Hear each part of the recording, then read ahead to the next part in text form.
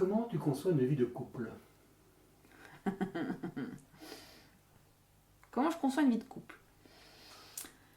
Pour moi, la vie de couple, c'est avant tout la liberté d'être soi.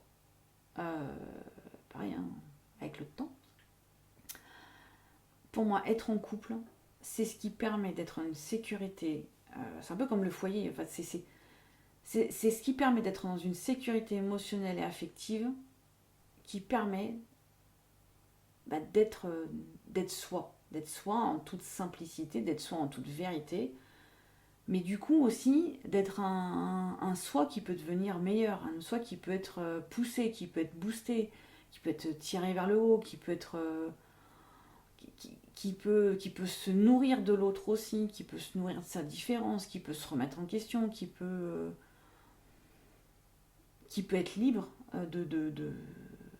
qui peut être libre tout en étant dans le respect de l'autre et du couple. Mais pour autant, c'est pas parce qu'on est en couple, pour moi, qu'on ne peut plus être soi seul et qu'on ne peut plus faire des choses seul pour soi. Le couple pour moi est un espace avant tout de liberté et d'échange. Et la réalité pour toi? C'est ça.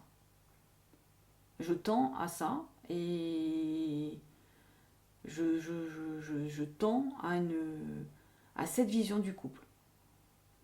Pour moi, c'est ce qui permet à un couple de rester couple et de rester vivant.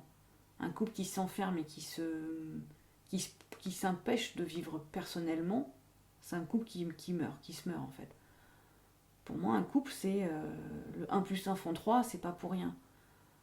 On est chacun différent, on reste différent, on peut se nourrir de la différence de l'autre, on peut s'améliorer. C'est tout l'intérêt d'être en couple. Sinon, aucun intérêt d'être en couple en fait si c'est pour en baver et être tiré vers le bas ou être enfermé. Pour moi, être en couple, si c'est être en couple et un intérêt, c'est bien sûr pouvoir grandir. Grandir, s'améliorer. Euh, Quand on dit qu'en couple, on peut guérir de ses blessures de l'enfance, c'est pas pour rien non plus.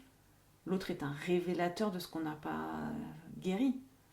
Donc, voilà, quand on dit guérir et grandir par son couple, grâce à son couple, pour moi, ça, c'est une définition du couple.